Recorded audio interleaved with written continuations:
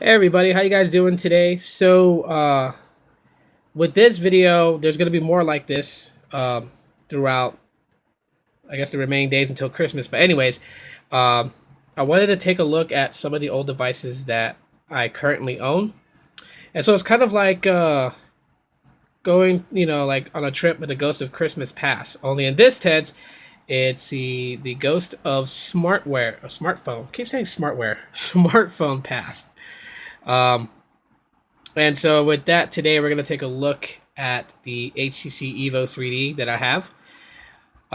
Talk a little bit about it and some of the things that I've done to it and just why this was a device that I picked up. Now, this device runs on Virgin Mobile. It was available for Sprint. As you guys can see, it has Virgin Mobile branding back there.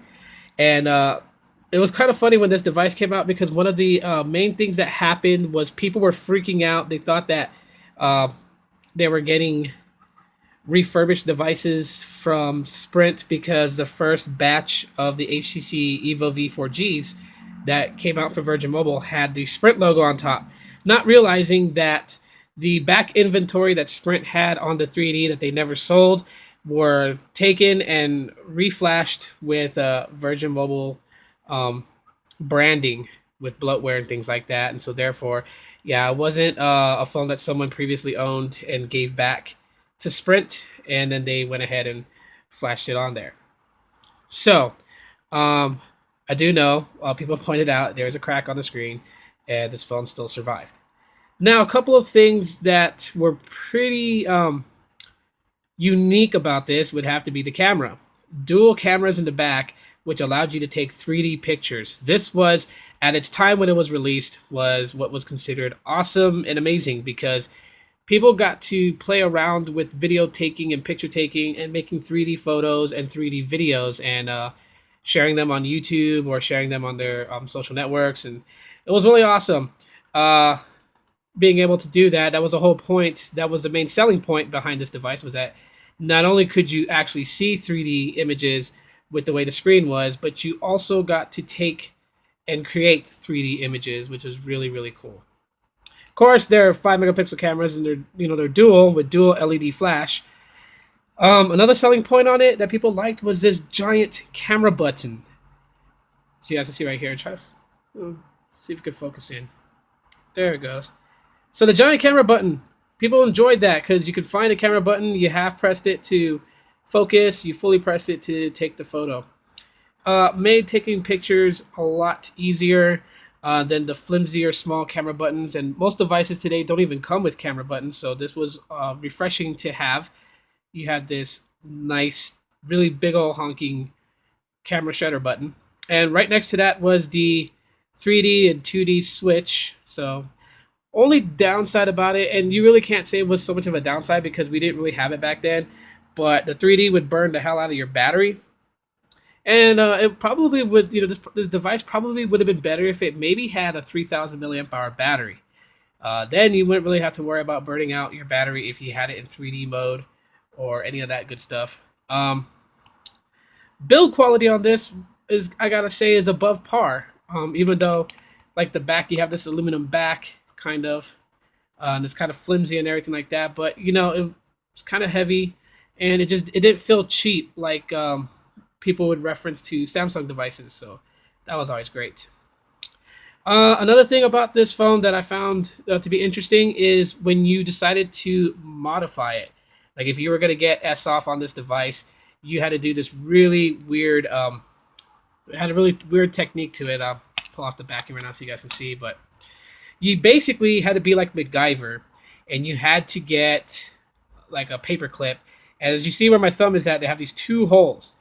I believe it's the top one, not the bottom one, but you had to insert one end of the paper clip, which with the metal exposed, to this hole, and the other one you had to ground it out on this metal covering to the micro SD card.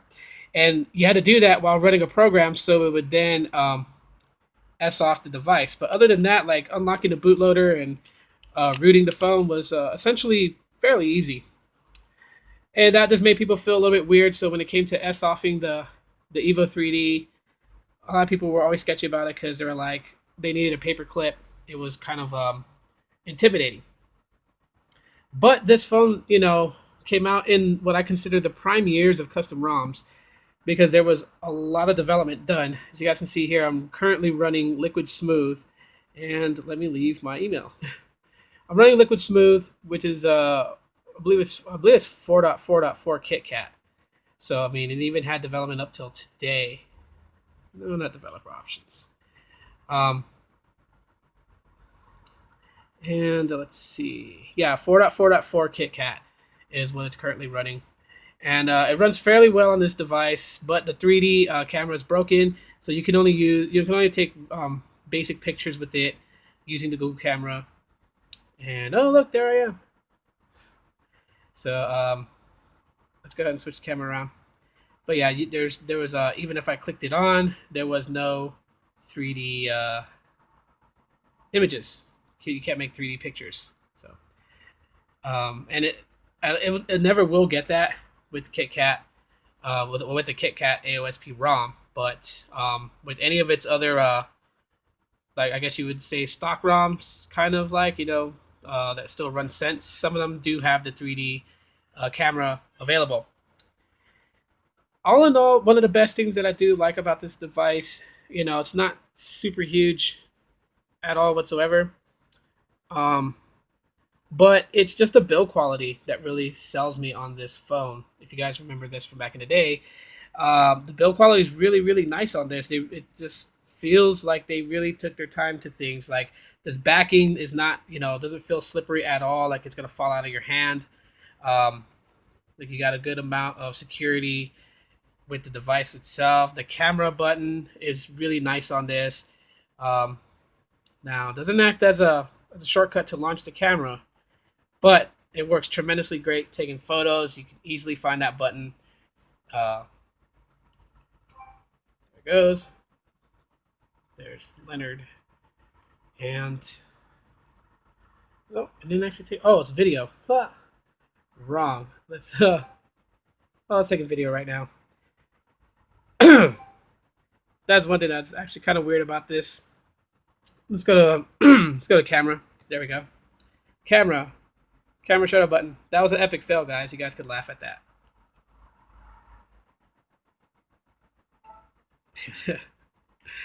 So, and of course, the brightness is actually like from the flash is really good. I do miss this phone. I'm kind of it's kind of sad that there's not really a follow up to it. Now HTC focuses mainly on their Desire line of devices and the One series, and so the Evo's kind of died. Dang dog. But anyways, that's pretty much it. Reliving the glory days of the HTC Evo V4G, aka the Evo 3D. Just wanted to kind of just talk about it and get to bring it out of hiding. It's been hiding in my desk for some time now.